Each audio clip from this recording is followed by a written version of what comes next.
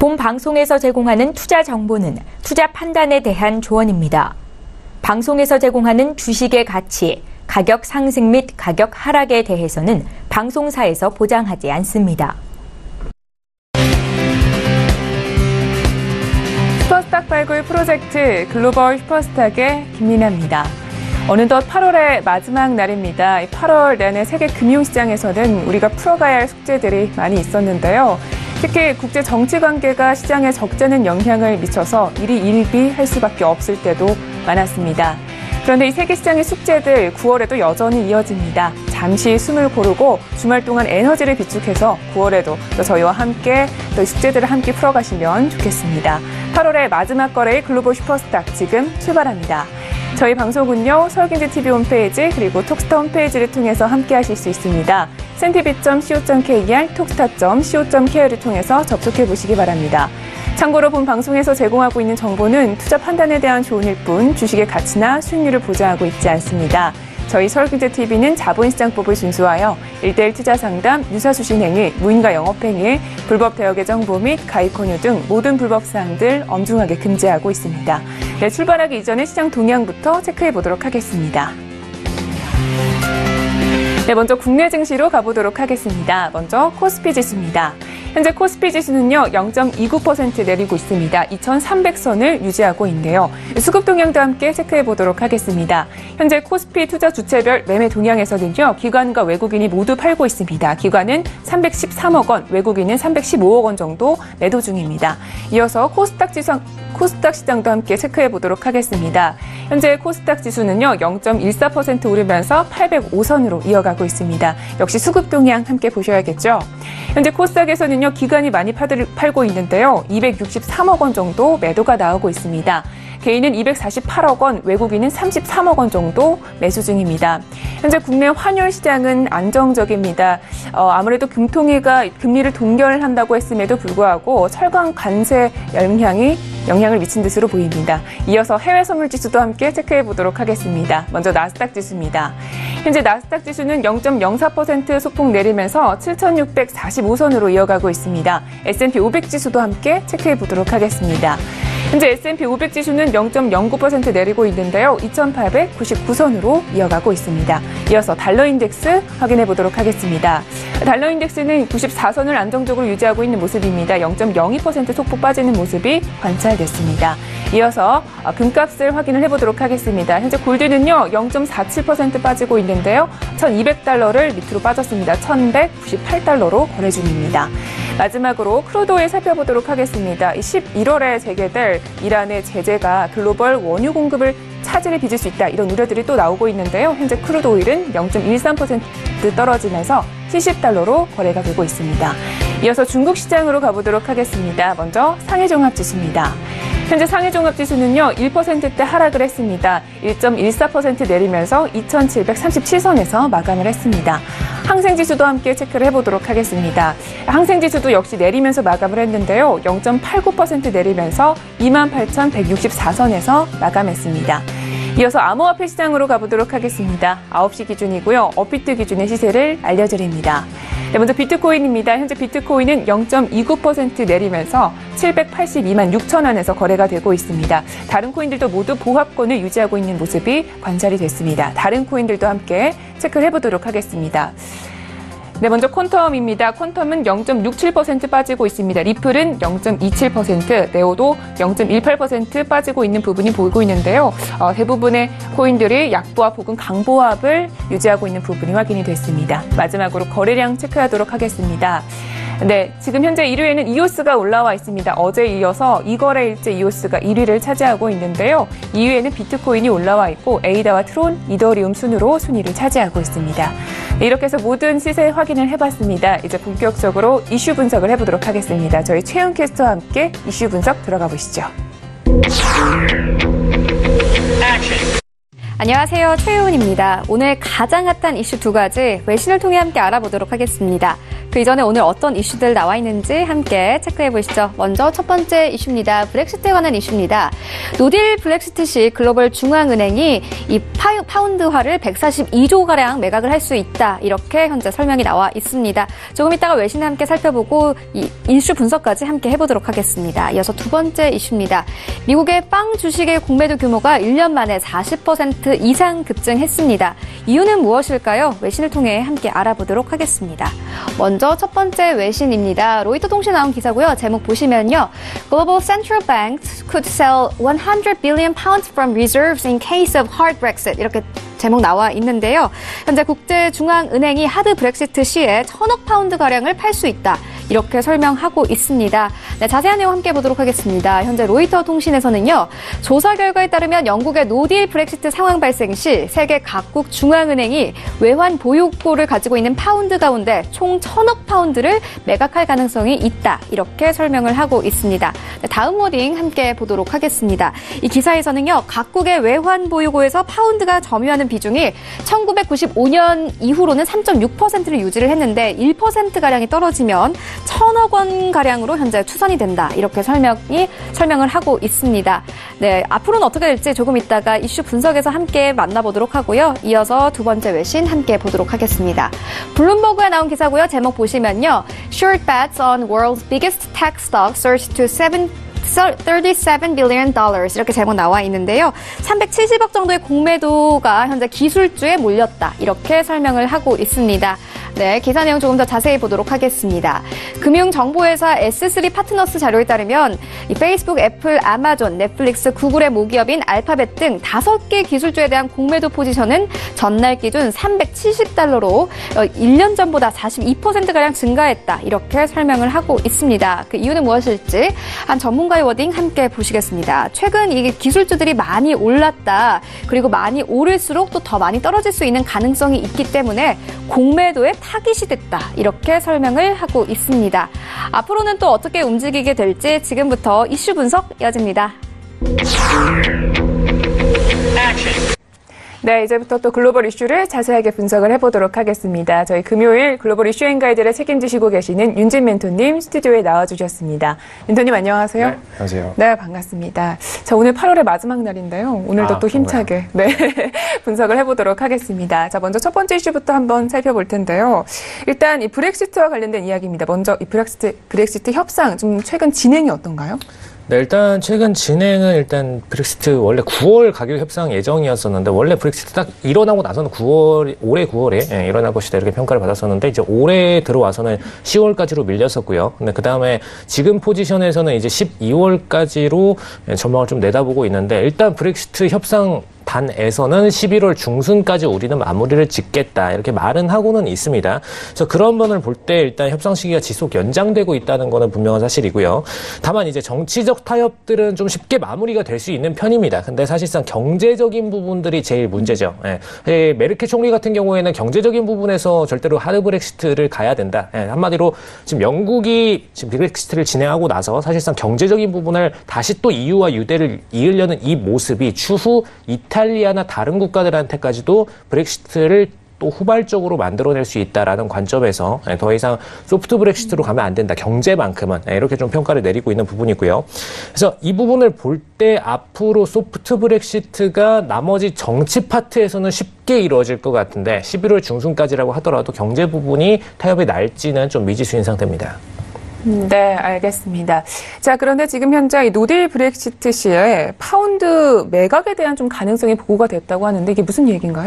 네, 사실 이제 노딜 브렉시트라고 하면 이제 내년 3월 30일입니다. 정확히는. 내년 3월 30일에 협상이 지금 안 난 상태로 EU와 지금 영국 단의 중간에 협상이 안 난 상태로 그냥 바로 브렉시트를 맞는 상황을 얘기를 하는 건데 이때 시점에서 협상이 안 나면은 바로 영국 법안이 적용이 되고 EU는 EU 법안대로 적용이 됩니다. 그래서 문제가 지금 EU EU인들 중에서 영국에 잔류하고 있는 분들이 바로 영국 법안을 때려 맞을 수가 있죠. 그래서 이런 부분에 당했을 때 사실상 지금 파운드가 굉장히 하락세를 탈 수가 있다라는 면, 그리고 추가적으로 굉장히 지금 법안 변동성이 커지는 이유가 사실 원래는 2020년까지 EU의 법안이 영국에도 그대로 잔류하는 식으로 법안이 연장돼줘야 되는데 갑자기 급격하게 법안이 바뀌다 보니까 당연히 EU인들의 자금 이탈이 급격하게 심해질 수가 있겠죠. 그래서 이탈이 천천히 일어나주면 사실 이 브렉시트에 대한 모든 부분을 좀 소화를 해줄 수가 있는데, 수급 자체가. 근데 공격적으로 EU인들이 자금을 영국에서 빼서 나가서 EU로 다 환전해야 되는 그런 시점이 되게 되면 당연히 파운드에 대한 변동성이 커질 수밖에 없고,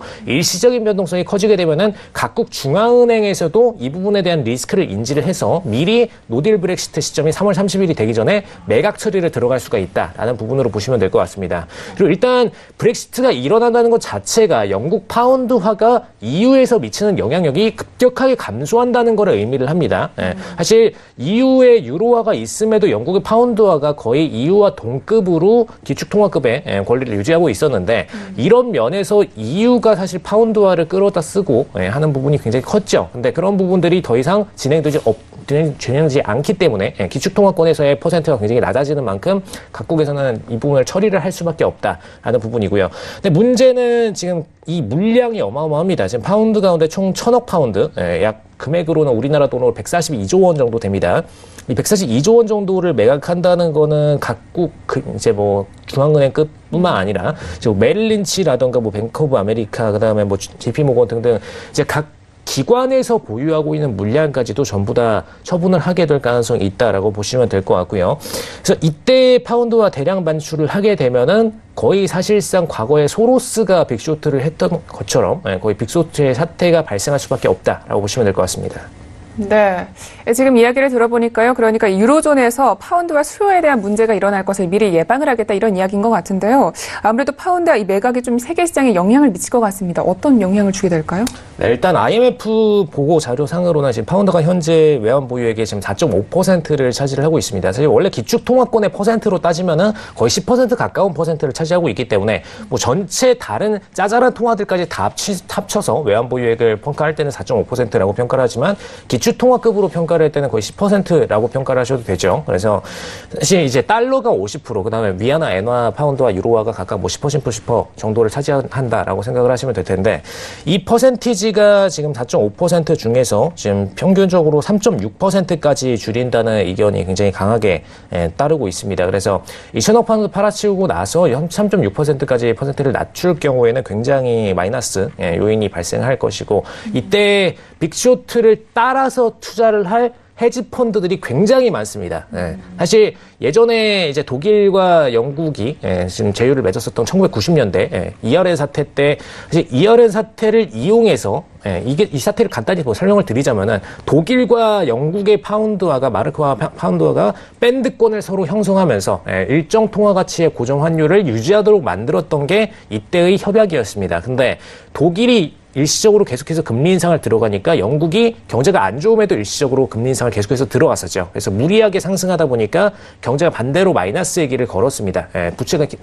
부채에 대한 이자율이 증가하다 보니까 당연히 기업들이 부채를 감당을 못하죠. 그래서 마이너스로 흘러갔고, 이때 실업률이 공격적으로 증가를 해주면서 소로스가 딱 이 시점에서 매도를 어마어마하게 쳤습니다. 뭐 소로스뿐만 아니라 헤지펀드들이 그때 잔뜩 달려들었었는데, 이때 뭐 헤지펀드들이 많지 않았다 보니까 특정 헤지펀드 몇 개가 다 돈을 모아서 한 번에 매도를 썼었죠. 근데 이런 시점이 한 번 더 지금 3월 30일장이면 얼마 안 남았습니다. 3월 30일 안에 빠르게 지금 노딜 브렉시트 협안이 나주지 않으면은 1단계로 벌써 11월 중순에 지금 협약을 하겠다고 지금 밀어놓은 상태이기 때문에 10월 달부터 첫 공매도 물량이 나올 겁니다. 첫 공매도 물량 나와주고 11월 중순에도 한 번 더 밀렸다. 그 다음에 12월 정도에 한 번 더 공매도 물량 넣어줄 거고요. 그 다음에 내년 초 안에 급박하게라도 3월 30일 이전에 대한 협약을 진행을 할 때, 이때 시점에서 정치 관련된 부분은 빨리 협약이 될 수가 있어요. 근데 경제 관련된 부분이 협약이 안 났다. 그럼 이때 내년 초에 대규모 빅쇼트가 한번 발생을 하겠죠. 그래서 사실 3월 30일장 이후에 빅쇼트가 발생하는 양뿐만 아니라 그 전에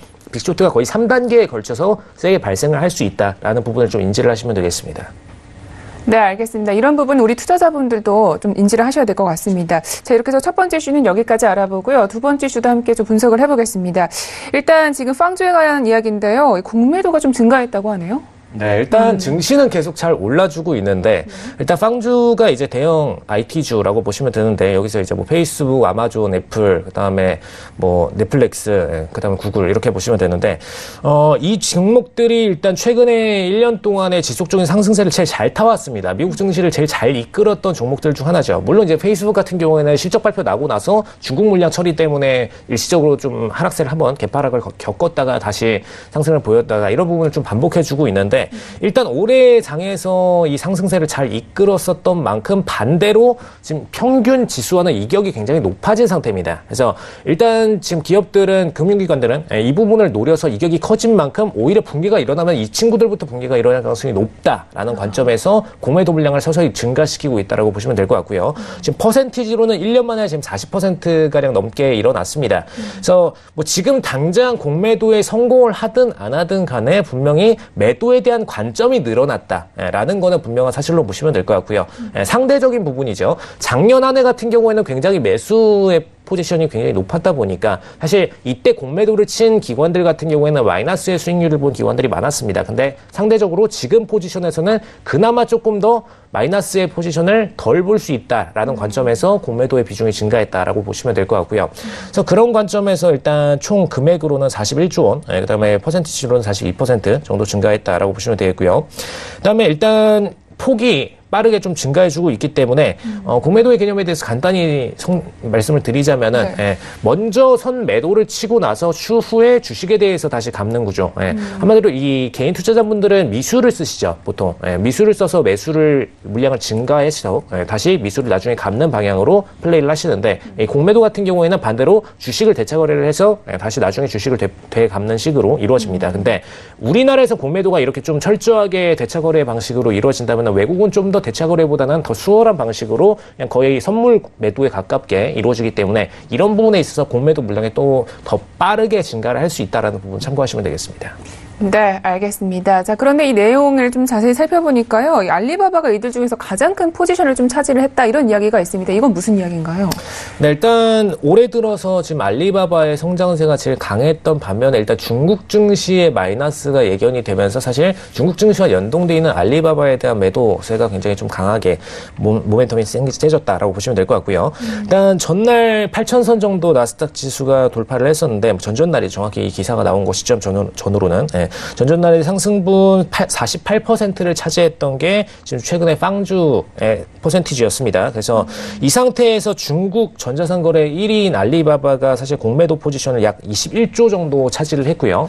21조 정도면 아까 말씀드렸던 이 41조에 대한 부분에서 거의 절반에 해당하는 부분이죠. 그래서 이 절반에 해당하는 부분만큼 거의 대규모의 매도세가 강하게 반영한다라고 보시면 될 것 같습니다. 근데 여기 지금 알리바바뿐만 아니라 테슬라도 공매도의 주 대상이 항상 되고 있습니다. 사실 이 빵주뿐만 아니라 뭐 대부분의 기술주들이 이런 모멘텀을 많이 봤는데 특히 이 중에서도 테슬라 같은 경우에는 거의 매년 적자를 기록하다가 뭐 최근에 겨우 흑자로 살짝 돌아서는 모습을 보였는데 다시 지금 적자폭 때문에 인원 감축 들어가고 계속해서 구조 조정 들어갔었죠. 근데 이 부분 때문에 테슬라의 CEO 이제 앨런 머스크가 사실 주식 상장돼 있는 부분을 공매도 물량을 더 이상 보지 않기 위해서 다시 상장 폐지시키고 장외주로 돌아가겠다 이런 얘기를 한번 한 적이 있습니다. 그래서 이 장외주로 돌아가서 이 공매도에 대한 포지션들을 받지 않고 순수하게 정말 테슬라를 장기 보유하고 투자해서 홀딩할 분들에 대한 이 투자만 받겠다라는 목적으로 보시면 될 것 같고요. 그래서 이런 성장이 일어날 수 있는 이유가 사실 좀 어떤 분들은 버블이라고 평가를 하는 경우도 있는데 이 투자 가치 자체가 올라가주는 것만으로 계속해서 투자가 일어나나 어떻게 보면은 바보 이론처럼 보일 수도 있지만 미래 가치가 지속적으로 성장함에다가 베팅을 하는 우리나라 기준으로 볼 때는 바이오 제약에 계속해서 사실 마이너스 재무제표가 나는데도 투자는 그런 개념과 똑같다라고 보셔도 될 것 같습니다. 그래서 그런 중심의 투자가 일어나는 과정에서 공매도 물량이 증가하는 만큼 빠르게 포지션을 빼고 싶어하는 게 현재 상위 쪽 기업들의 포지션이다라고 보시면 될 것 같습니다. 네, 알겠습니다. 자, 이렇게 해서 이슈는 여기까지 분석을 해보도록 하겠습니다. 자, 계속해서 우리 저희 선물시장에서 잘 대응을 할 수 있도록 가이드를 한 줄평 듣도록 하겠습니다. 네, 멘토님 오늘의 가이드는요? 네, 소로스 빅쇼트입니다. 그러니까 이 소로스의 빅쇼트를 좀 주의하자 이런 말씀이실까요? 주의하자가 아니고요. 네? 그냥 이걸 이용하자라는 겁니다. 이용하자. 어떻게 이용하죠? 네, 사실 소록스의 빅쇼트가 일어날 때 많은 분들이 이제 손실을 봤다라는 얘기를 많이 하시죠. 왜냐하면은 보통 일반 투자자들 같은 경우에는 영국장에서 머물러 있을 때 파운드화를 보유한 상태로 그냥 파운드화 주식을 매수하고 있는 상태이기 때문에 파운드가 폭락을 해주면은 일반 보통 대부분의 경제 참여자들은 마이너스의 수익률을 볼 수밖에 없습니다. 근데 이런 면에서 볼 때 저희 같은 경우에는 반대로 선물을 대응하고 있죠. 지금 이 프로그램은 선물 글로벌 프로그램입니다. 그래서 어차피 파운드와 매도를 칠 수 있기 때문에 그냥 바로 이 시점 아까 말씀드린 대로 10월 그다음에 11월 중순에 협약 한 번 더 밀리게 될 경우에는 한 번 추가적으로 2차 그다음에 내년 초에 빠르게 경제 관련된 협상 안 나고 정치 관련된 협상만 나오면 3차까지 해서 총 3번의 빅쇼트의 단계를 들어갈 수 있기 때문에 소로스도 마찬가지일 겁니다. 과거에 파운드화에 대해서 공매도를 쳤던 이력이 있고 파운드화에 대해서 워낙 잘 알고 있는 분인 만큼 역시 마찬가지로 소액이라도 마이너스로 지금 공매도 쪽으로 분명히 투자를 들어가 줄 거고 그럼 우리는 이런 트레이딩에 대해서 따라가서 투자를 해줘야 나머지 헤지 펀드들과 같은 물량을 통해서 수익을 낼 수가 있다라는 부분 분명히 인지를 하시고 시점을 맞춰서 딱딱딱 분할을 해서 들어가시는 게 좋겠다라고 말씀드릴 수 있겠습니다. 뭐 퍼센티지로 배분을 하자면은 처음에 1차 때는 10%, 그다음에 2차 때는 약 30% 정도, 그다음에 나머지 3차 때는 60% 정도. 그래서 총 100%에 대한 비중을 가지고 매도를 치시면 되겠다라고 보시면 되겠습니다. 물론 이 100%는 전체 자산에 대해서 말씀드리는 게 아니고요. 해외 선물에 투자 가능한 자금 기준으로 말씀을 드리는 거니까 참고하시면 되겠습니다. 네, 알겠습니다. 자, 이렇게 해서 오늘도 유용한 가이드까지 모두 들어봤습니다. 저희 윤진 멘토님은요, 암호화폐 시장 또 체크를 할 때 보시도록 하겠습니다. 말씀 고맙습니다. 감사합니다. 네, 글로벌 이슈 앤 가이드 화면으로 정리하겠습니다.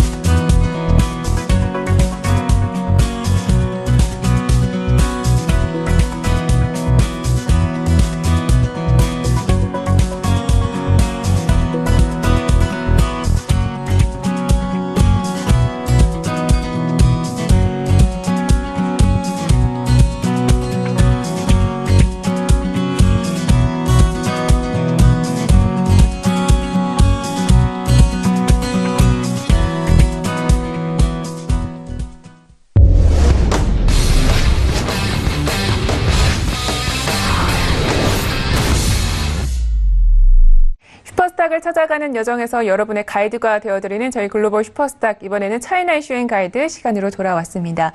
중국 시황 이야기 그리고 유망 투자 종목에 대해서 소개를 들어보실 수가 있는데요. 먼저 어떤 이슈들이 나와 있는지 화면으로 만나보겠습니다. 오늘의 차이나 이슈 첫 번째는요, 다가오는 9월 홍콩 증시의 대형 IPO가 예고됐습니다. 하지만 최근 영 힘을 발휘하지 못하는 홍콩 증시 움직임에 성공적인 상장 여부에 대한 의구심이 시장에 퍼지고 있는데요. 관련 소식 잠시 후에 좀 더 자세히 알아보겠습니다. 두 번째 이슈입니다. 중국 SUV 시장에 신제품 출시 예고가 쏟아지고 있지만 판매량은 점차 하향 곡선을 그리고 있습니다. 시장 내 경쟁이 더욱 치열해질 것으로 예상이 되는데요. 두 번째 차이나 이슈에서 중국 SUV 시장에 대해 알아보는 시간을 마련했습니다. 이제 좀 더 깊이 있는 뉴스 분석을 해보도록 하겠습니다. 오늘은 김정철 본부장님과 함께합니다. 네, 본부장님 안녕하세요. 네, 안녕하십니까. 네, 반갑습니다. 자, 함께 또 이슈 분석을 해보도록 하겠습니다. 자, 그런데 지금 전일장 중국 증시가요, 조금 밀렸습니다. 좀 어떻게 보시나요? 네, 일단 뭐 중국 증시가 3일 연속 하락을 지금 했는데요. 최근에 이제 조금씩 버티다가 결국 어제 이제 급락한 그런 모습인데, 어제 급락했는데 2.24% 떨어졌고요. 그 다음에 산전 성분 지수가 2.45% 밀렸고, 창업한 지수가 1.57%가 급락을 했습니다. 근데 홍콩 항생 지수가 조금 버티긴 했는데, 뭐 그래도 좀 비슷한 폭의 뭐 하락이다 이렇게 보시면 좋을 것 같고요. 일단은 전체적으로 보면 시멘트, 전자, 철강, 항공지주, 조선, 기계, 전자부품, 의료기기, 석탄 뭐 전부 다 이제 보시면은 이쪽 부분들이 대부분 이제 밀렸고요. 그다음 상장 1년 미만의 이 미대장주 차신주가 약 6% 정도 반등을 했는데, 여기만 조금 오르고 나머지는 거의 다 밀렸다, 이렇게 보시면 좋을 것 같습니다. 근데 뭐 이유는 뻔하죠. 뭐 중국 미국 무역 전쟁 관련해서 이제 2천억 달러 관세 부과에 대해서 트럼프 대통령이 강행 의지를 밝히면서 이제 그런 부분들 때문에 약재가 됐었고요.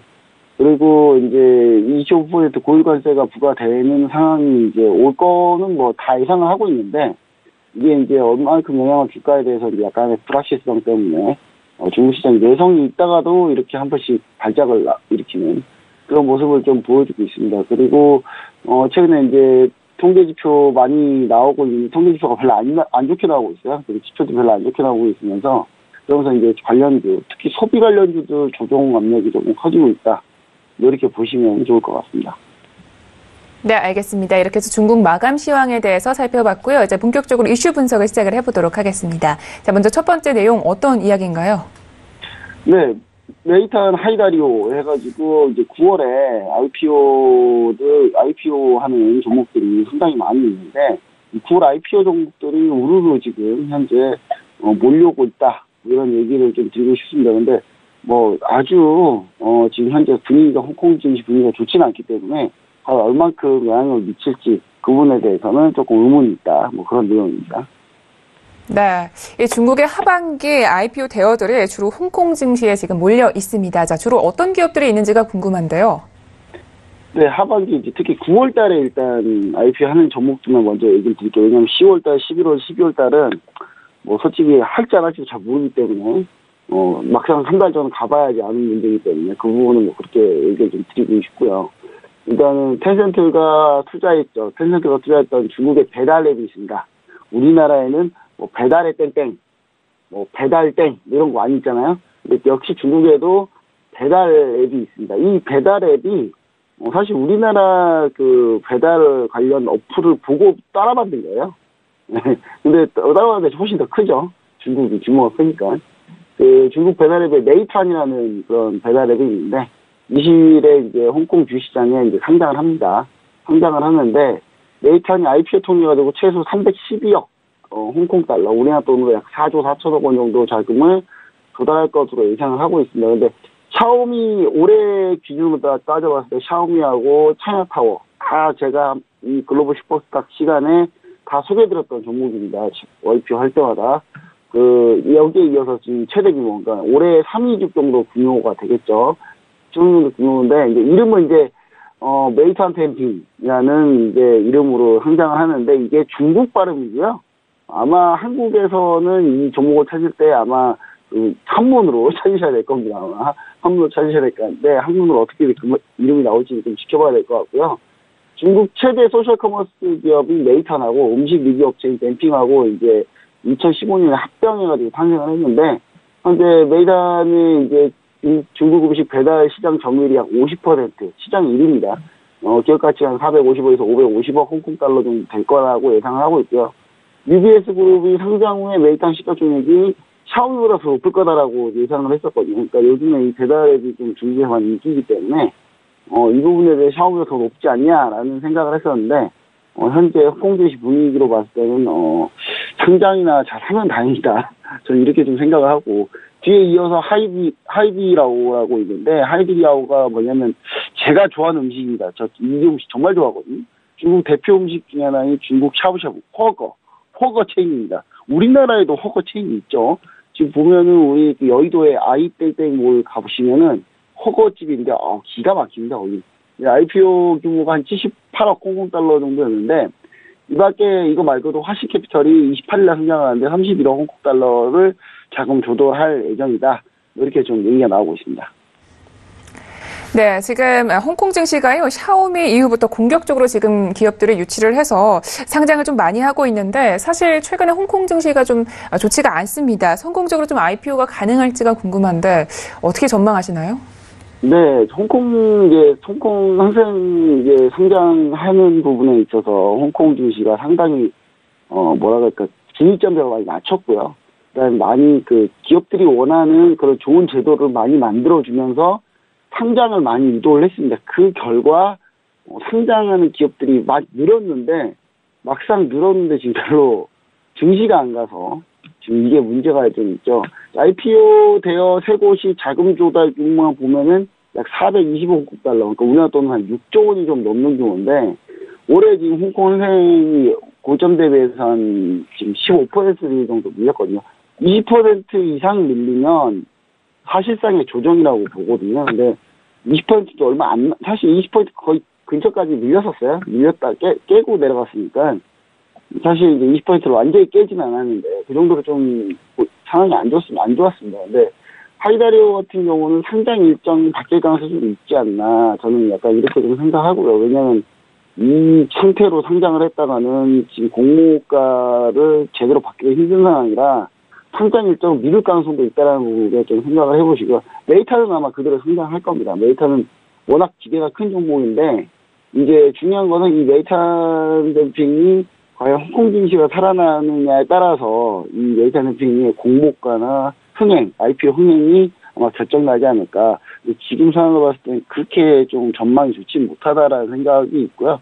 그래서 이 종목들은 사실 상장이 되고 나서 그 뒤에 좀 시간이 지나면 제가 추천을 좀 드리려고 합니다. 특히 메이탄 댐핑은 제가 이거 상당히 좀 가능성 있는 기업이라고 좀 보고 있기 때문에 추후에 한번 소개 한번 드리도록 하겠습니다.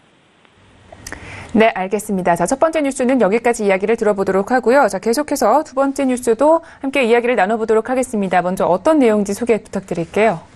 네, 중국이 이제 SUV가 상당히 지금 인기인데요. SUV 자동차가 인기인데 지금 SUV 시장도 지금 포화 상태에 이르고 있습니다. 2년 내에 새로운 모델이 수십 종류가 나온다고 하는데 7월 SUV 판매량이 지금 많이 떨어졌고요. 4월 이후에 꾸준히 하락세인데 앞으로 SUV 라인들이 좀 계속 증가하면서 이쪽 시장도 꼭 포화 상태에 이른다라는 전망이 현재 나오고 있습니다. 네, 일단 지금 중국에서 SUV 시장이 좀 인기가 많은 것 같은데요. 좀 어느 정도 수준인지가 궁금합니다. 네, 이게 우리나라하고 좀 비슷했다고 보시면 좋을 것 같아요. 그러니까 우리나라 한 10년 전 이 정도 생각하시면 되는데 중국 자동차 성장을 견인하는 게 SUV 시장하고 그다음 전기차 시장 이렇게 두 개가 있는데요.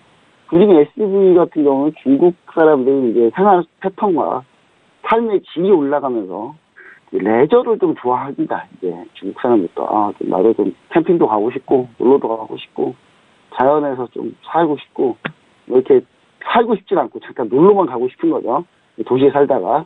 그러면 이제 가장 괜찮은 게 이제 차량이 SUV 차량이 가장 괜찮다라고 생각을 하는 거죠. 그래서 SUV 차량이 상당히 좀 판매량이 지속적으로 이제 그동안 계속 증가를 해왔다가 최근에 올해 들어서 이제 SUV 판매량이 또 감소하고 있습니다. 7월 중국 SUV 판매량이 63만 3천 대로 전년 동기 대비해서 8.2%나 하락을 했고요. 전달하고 비교하면 14.2% 급감한 그런 수준이거든요. 또 지난 4월 5년 만에 이제 처음으로 승용차 판매량이 추월당했던 SUV가 이제 지속적으로 좀 하락세가 있다, 보이고 있다. 이런 상황이에요, 현재 상황이. 네. 그런데 지금 이 국내 현대차도요, 중국에서 지금 유일하게 그나마 좀 팔리는 게 SUV라고 알고 있습니다. 아무래도 좀 경쟁이 더 치열해지지 않을까 이런 생각이 드는데 좀 전망을 어떻게 하십니까? 네, 사실 그 현대차 정말 지금 상황 안 좋거든요. 판매량이 풀려도 상관이 없어요. 현대차는 그래도 안 팔립니다. 지금 현재 중국에서 지금 점유율이 최악인데 그래도 SUV는 좀 팔려요.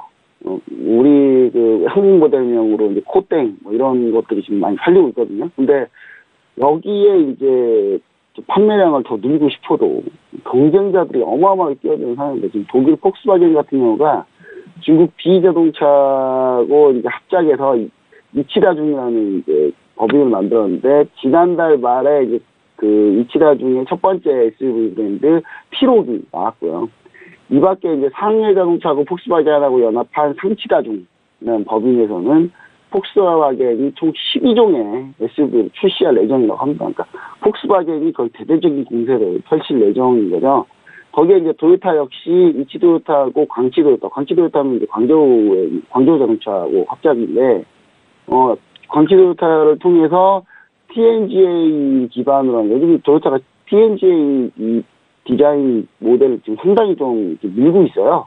TNGA 기반 모델의 소형 SUV, 이렇게 모델을 출시하려고 하고, 이 모델들이 분명히 또 경쟁을 분명히 할 것 같거든요. 그래서 이제 기아차도, 국내차에서도 이제 기아차가 이제 동풍웨이더 기아를 통해가지고 이파워 SUV를 출시를 하려고 합니다. 근데 이제 겨우 한두 개 모델 가지고는 싸움하기가 좀 쉽지는 않다라고 보여지고요. 중국 SB 시장이 이제 폭파 상태에 이르지 않나, 이렇게 좀 얘기를 드릴 수 있겠네요. 네, 알겠습니다. 자, 이렇게 해서 이슈 2개는 여기까지 분석을 해보도록 하겠습니다. 이제 본격적으로 매매 전략 시간으로 가보도록 하겠습니다. 자, 오늘은 또 유망 투자 종목에 대해서 소개를 들어볼 텐데요. 오늘의 기업 어떤 기업인가요? 네, 오늘 기업은 이제 제가 그동안 광산 기업을 한 낙양 몰리브덴이나 뭐 이런 종목들 소개시켜드렸는데, 이번엔 코발트 전문 기업인 하우코발트를 소개를 해드리도록 하겠습니다. 일단은, 하우코발트. 딱 이름에서 느껴지듯이 코발트 광산 업체입니다. 중국 광산 기업으로 코발트 전문 기업이고요. 코발트 같은 경우는 전기차 배터리의 핵심 소재원료입니다. 그러니까 상당히, 이 코발트 가격에 따라서 배터리 가격이 춤을 추거든요, 완전히. 근데 최근에 분기 실적이한 하우코발트 같은 경우가 이제 60379 상해 상장되어 있는데, 최근 분기 실적이 매출액 전년 대비해서 한 79% 증가한 67.8억 위안 기록을 했고요. 근데 이게 예상치보다는 좀 안 좋았어요. 예상치가 한 84% 정도 나올 거라 생각했는데, 예상치보다 소폭 미달한 그런 수준이었고, 순이익 같은 경우는 전년 대비 123.4% 증가한 15.1억 위안. 근데 이제 순이익 같은 경우가 좀 잘 나왔던 그런 모습이었습니다. 근데 지속적으로 코발트 가격이 상승을 하면서 쭉 이렇게 쭉 올라왔거든요. 상승하면서 쭉 주가가 상승을 했었는데, 이때 이제 코발트 가격 한번 파동 나온 뒤로, 그 다음 이제 서서히 주가가 좀 조정을 받았고요. 최근에 무역전쟁 이슈로 좀 조정을 많이 받았는데, 최근 보시면 이제 주가가 이제 옆으로 쭉 행보를 하고 있죠. 근데 전 세계 스마트폰 출하량이 이제 감소해서 리튬이온들 이제 좀 줄이고 있는데, 전기차 쪽은 출하량이 증가하면서 이게 대형 전지로 바뀌고 있습니다. 그래서 9월, 10월에는 또 전기차 판매 성수기가 9월, 10월이거든요. 그래서 성수기에 진입하기 때문에 제가 봤을 때는 지금 타이밍이 상당히 좋지 않나. 지금 주가가 옆으로 행보하고 있는데, 지금 매수가 같은 경우는 지금 딱 행보하는 구간을 딱 잡으시면 좋을 것 같아요. 52.430 위안으로 잡아주시면 될 것 같고, 손절가는 44.850 위안. 상당히 여기 뚫리면 근데 갭으로 떨어질 가능성이 있기 때문에 이 부분을 반드시 손절하셔야 되고요. 1,500가는 62.800 위안, 2,500가 74.435 위안으로 잡아주시면은, 광산기업 중에 특히 낙양 몰리브덴이 근데 성적이 안 좋았었거든요. 근데 이번에는 좀, 상당히 좀 괜찮은 기업이니까 한번 기대해 보시고 보시면 좋을 것 같습니다. 네, 오늘의 기업은 화우코발트였는데요. 지금을 딱 매수 적기로 보고 계신다고 하시니까요. 또 구체적으로 살펴보시면 좋겠습니다. 자, 이렇게 해서 차이나 이슈 앤 가이드는 이야기 여기까지 듣도록 하겠습니다. 멘토님 말씀 고맙습니다. 네, 감사합니다. 차이나 이슈 앤 가이드 화면으로 정리하겠습니다.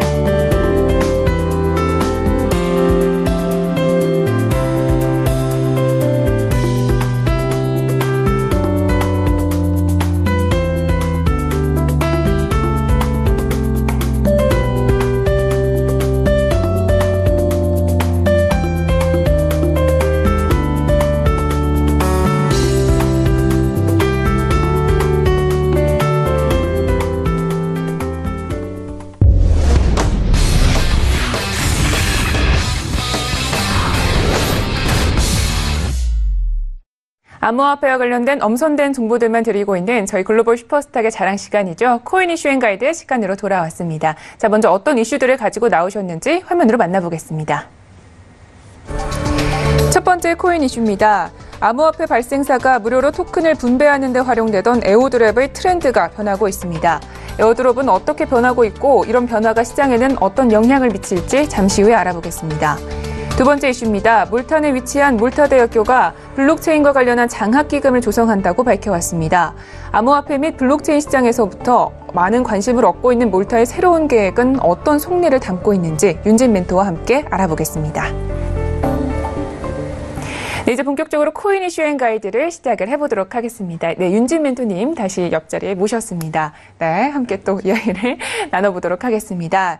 자, 먼저 첫 번째 코인 이슈 좀 자세하게 설명을 들어볼게요. 네, 일단 에어드랍에 관한 이슈인데 최근에 일단 에어드랍이 원래 무료로 토큰을 이제 일반 개인들한테 뿌려주는 구조의 형태였죠. 네, 근데 이 에어드랍의 목적 자체가 좀 바뀌고 있다라고 보시면 될 것 같습니다. 기존에는 이제 마케팅을 위한 목적, 맨 처음에 사실 그냥 에어드랍 자체는 본인들의 코인을 일반 코인을 많이 보유하고 있는 분들한테 홍보하기 위한 목적이었고요. 근데 그 다음에는 지금에 와서는 본인들의 거버넌스 구조를 유지하기 위한 목적으로 일부러 뿌려주고 있다라고 좀 구조에 대한 변화를 인지를 하시면 될 것 같습니다. 네, 이 에어드롭이면요, 코인 보유자들에게 나눠주는 이 토큰인데요. 지금 구조가 좀 변하고 있다는 건데 구체적으로 역할이 어떻게 변한다는 건가요?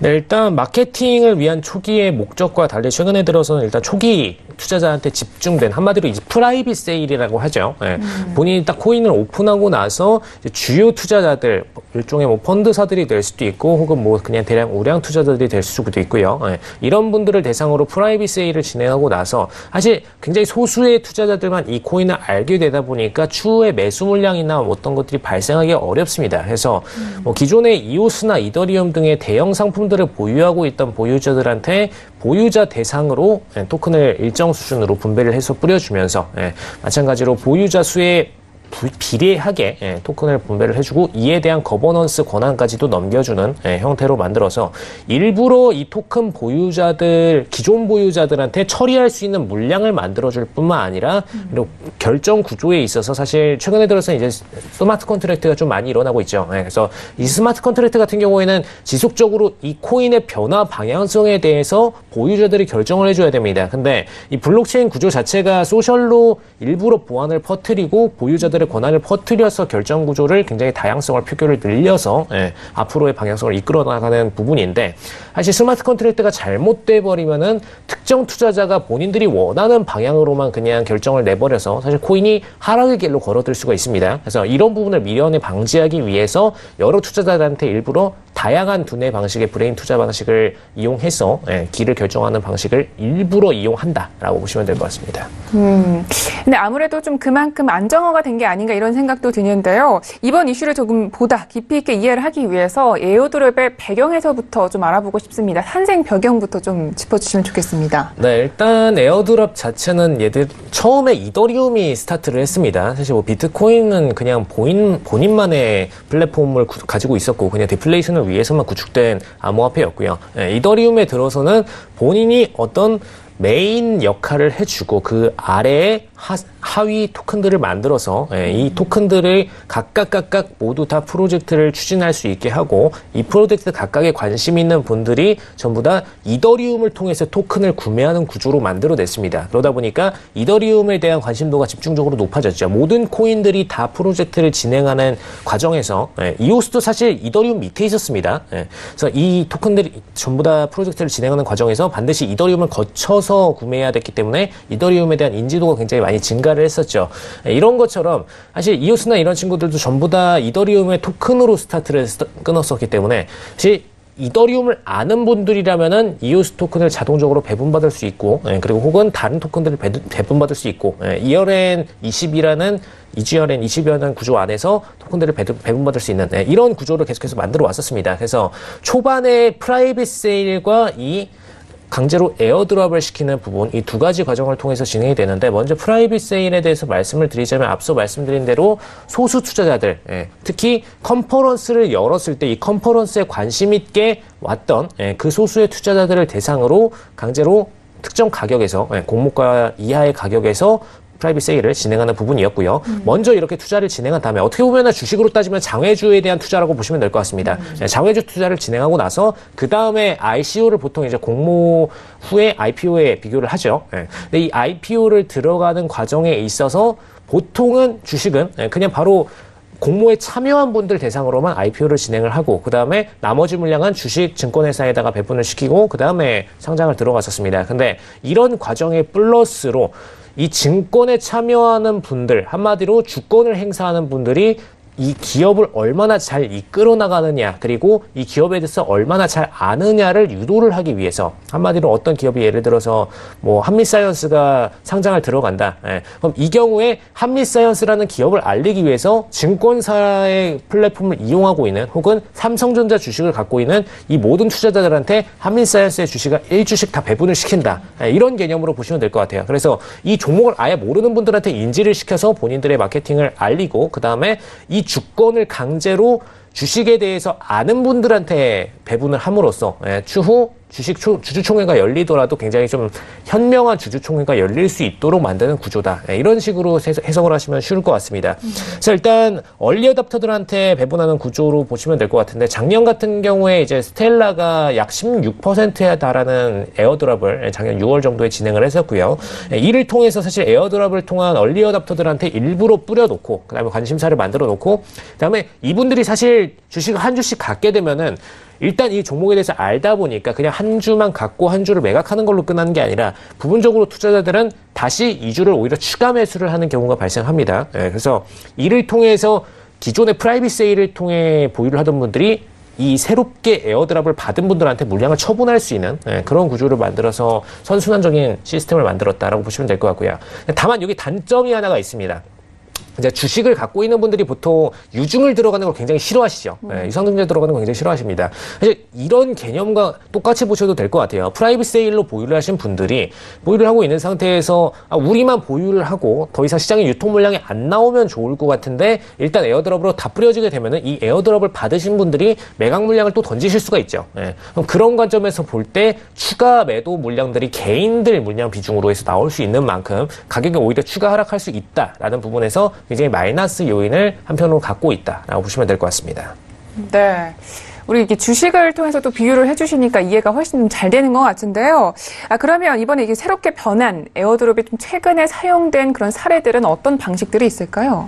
네, 일단 최근에 같은 경우에는 이더리움이나 특정 암호화폐를 보유하기만 해도 지속적으로 받을 수 있는 구조로 많이 바뀌고 있는데, 과거에는 이제 이더리움이나 대표 상품들을 중심으로 이루어졌었다면, 최근에는 이오스를 중심으로 많이 이루어지는 상태입니다. 이더리움에서 이제 이오스가 기존에 있다가 독자적인 플랫폼을 갖고서 나왔죠. 근데 이 이오스 같은 경우에는 BP, 한마디로 참여할 수 있는 블록체인 프로듀서들을 기반으로 해서 본인들이 토큰을 발행을 하고 이오스 보유주들에게 지속적으로 나눠주는 방식의 프로젝트를 일부러 진행을 하고 있어요. 그래서 이오스를 갖고 있는 분들에게 지속적으로 토큰이 어떻게 보면 서비스 차원에서 이자처럼 따박따박 들어올 수 있는 그런 구조를 추구를 했기 때문에, 사실 이오스 플랫폼 하위에서 암호화폐를 만드는 게 굉장히 쉬워졌습니다. 그리고 에어드랍을 뿌리는 것도 일부러 이오스가 추진을 하고 있죠. 그러다 보니까 빠르게 에어드랍들이 뿌려지는 상태다라고 보시면 될 것 같고요. 그다음에 최근에 들어서 일단 SNS나 뭐 텔레그램 같은 가입방을 통해서 여기에 가입하신 분들한테 에어드랍을 나눠드립니다. 뭐 이런 식으로 마케팅 수단으로 아예 그냥 전환해서 써버리는 경우도 있습니다. 사실 이런 구조는 저는 별로 좋게 보이지는 않습니다. 사실 이렇게 행동을 하는 것 자체가, 이 코인이라는 거는 본인들이 발행한 게임상의 이런 게임 머니 이런 것과 비슷하게 보셔도 될 것 같아요. 그러다 보니까 예를 들어서 넥슨이 뭐 메이플 스토리나 뭐 카운터 스트라이커 뭐 이런 게임을 통해서 본인들의 어떤 머니를 가상적으로 발행을 한 다음에 이 가상 머니를 특정 소비자들한테, 외부 소비자들한테 강제로 뿌려준다. 이런 과정에서 사실 이 넥슨이 손실을 볼 부분은 크게 없습니다. 이 본인들이 만든 플랫폼 안의 머니이기 때문에. 그래서 실제 돈이 투여돼서 들어가는 것보다 이 가상의 머니를 뿌려주는 게 훨씬 더 편하고 돈도 많이 안 들고 굉장히 합리적인 시스템이 될 수가 있겠죠. 이 업체 입장에서는. 그러다 보니까 일부러 마케팅 과정에서 컨퍼런스 등을 열 때, 혹은 SNS 참여를 팔로우할 때, 이런 과정에서 일부러 이 코인들을 뿌려주는 경우가 많다라고 보시면 될 것 같고요. 최근에는 이제 카카오가 처음으로 자회사로서 투자했던 코스미 같은 경우에는 본인들이 이제 뷰티 관련된 SNS를 운영하다 보니까 뷰티 관련된 SNS에 참여하는 분들을 대상으로 이 코스미 코인을 뿌려주는 이런 방식의 마케팅을 좀 진행을 하고 있습니다. 그래서 이 기존에 제일 문제였던 부분이 페이스북이나 혹은 우리나라에서는 플리토 이런 플랫폼 같은 경우에는 본인들이 돈을 직접 쏴서 SNS를 마케팅을 운영해야 되는 상황이었는데, 지금 상황에서는 그냥 본인들의 토큰을 따로 발행해서 뿌리는 과정으로 이루어지고 있다라는 면에서 굉장히 좀 다른 형태가 됐다고 보시면 될 것 같습니다. 네, 알겠습니다. 자, 첫 번째 이슈는 여기까지 분석을 해보도록 하겠습니다. 자, 이어서 두 번째 이슈도 함께 이야기를 나눠보고 싶은데요. 지금 관련한 몰타와 관련한 이야기입니다. 최근에 좀 암호화폐 이슈에서 몰타와 관련된 이야기가 굉장히 많이 나오고 있는데 이 시장은 왜 몰타에 대해서 좀 관심을 가지고 있는 걸까요? 네, 일단 몰타 대학교 하니까 처음에 이슈 보신 분들은 이게 굳이 글로벌 슈퍼스탁에서 나올 내용인가 이렇게 좀 생각하실 수도 있을 것 같아요. 근데 그냥 몰타 대학교가 중요한 게 아니고요. 그냥 몰타가 중요합니다.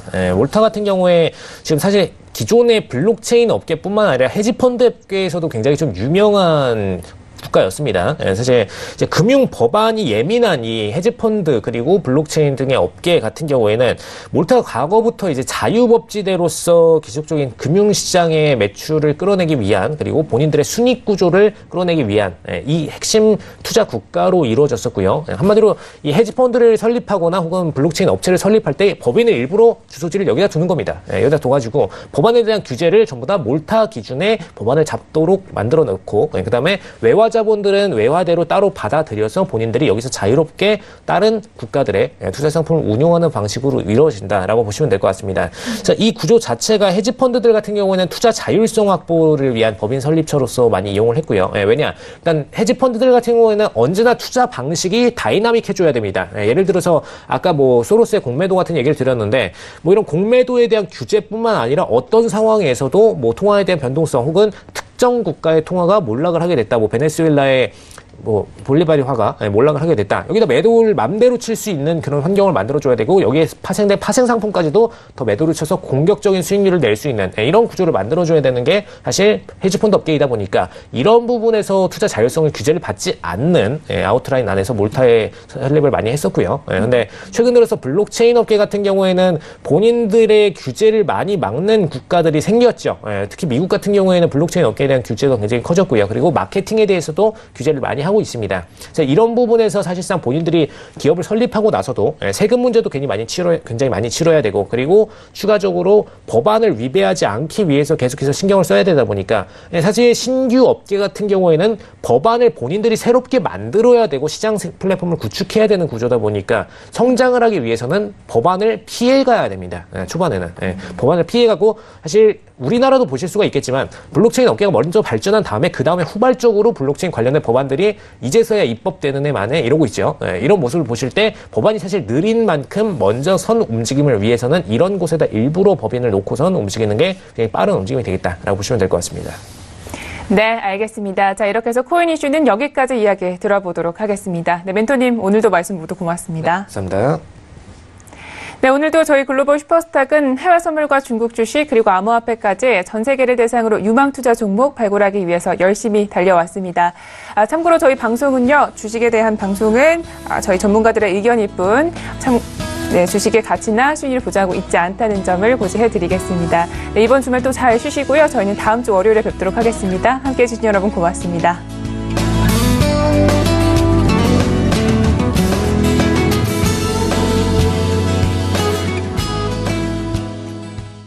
본 방송에서 제공하는 투자 정보는 투자 판단에 대한 조언입니다.